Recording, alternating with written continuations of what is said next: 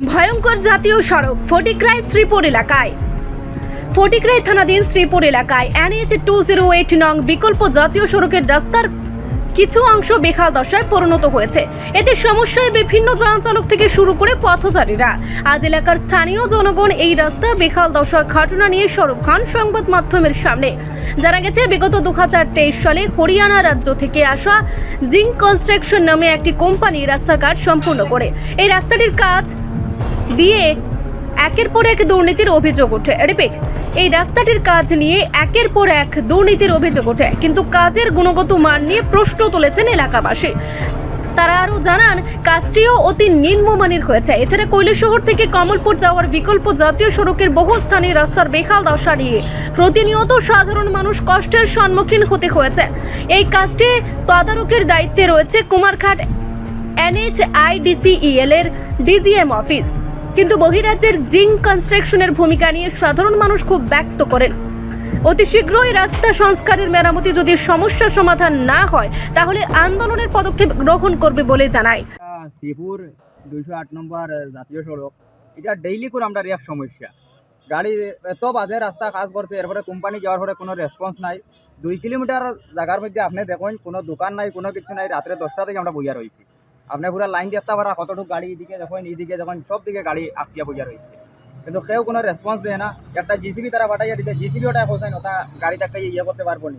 একটা ছোটো গাড়ি তো প্যাসেঞ্জার গাড়ি যাইতে পারেন না, অ্যাম্বুলেন্স যাইতে পারেন না, কোনো কিছু যাইতে পারেন না। সব কিছু গাড়ি তারা এরকম করিয়া দেয়, কোম্পানি কোনো আমরা রেসপন্স দেয় না। আর ডেইলি করে আমরা কষ্ট, এখন ড্রাইভার ইয়া পৌঁছায় না, আমরা ডেইলি এরকম কষ্ট করতে লাগে, কীরকম আমরা চলবো পৌঁছাই। রাত্রে 10টা থেকে আমরা বইয়া রয়েছি, আমার তো জল খাইছে না, গাড়ির মধ্যে জল ফোন তো শেষ হয়ে গেছে। কিতা হয়েছে বুঝছেন? আমরা এখানেও গাড়ি আছে, 10-15টা গাড়ি আছে। আর তো ছোটো গাড়ি যেটা তো কোনো শেষ নেই। আবার টুকটুক পর্যন্ত যাইতে পারেন না, ছোটো টুকটুক অ্যাম্বুলেন্স এটা কোনো কিছু যাইতে পারেন না। 10-15টা গাড়ি আটকিয়া পড়িয়া রয়েছে।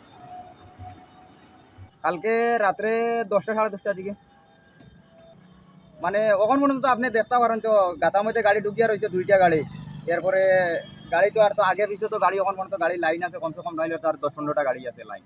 এরপর তো প্রচুর মানুষ তো খবর পাইয়া তো গাড়ি আর এদিকে আরও না, গাড়ি বহুত দূরে দূরে গাড়ি রাখতে, কারণ এখানে দোকানপাট কিছু নেই। মানুষের কিতা করতো, এই জায়গার মধ্যে কোনো কিছু নাই, মানুষের কষ্ট করতো। এর লাগে মানুষ এদিকে ফোন টোন করিয়া আমারে ফোন করছে, আমার বন্ধু 2জনে। আমি বলছি তোমরা আইও না, এদিকে তাকো, রাস্তা খুললে আমি তোমরা কইমো আইবে। এটা যাওয়া হয়েছে, কোম্পানি যাওয়ার পরে কইছে ঠিক আছে আমরা আইয়ার কইয়া তারা খেয়ে আইছে না। ওখান মধ্যে কোনো মানে এখান থেকে মানে কোম্পানির দায়িত্ব দেন তাকে, তারা খেয়ে আইছে না। একটা জিসিবি আর একটা ড্রাইভার দিয়ে ফাটাইয়া দিছে তারা।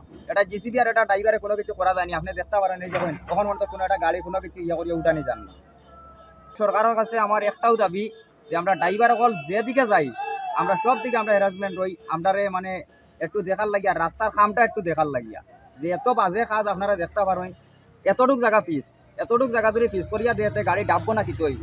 আপনারা দেখতে পারেন, আপনারা সবে তো দেখা এটা মানে ডেইলি করে আমরা এক আলো তো দেখা যায়। এটা তো 2 নম্বরই, আপনি তো দেখতে পারেন।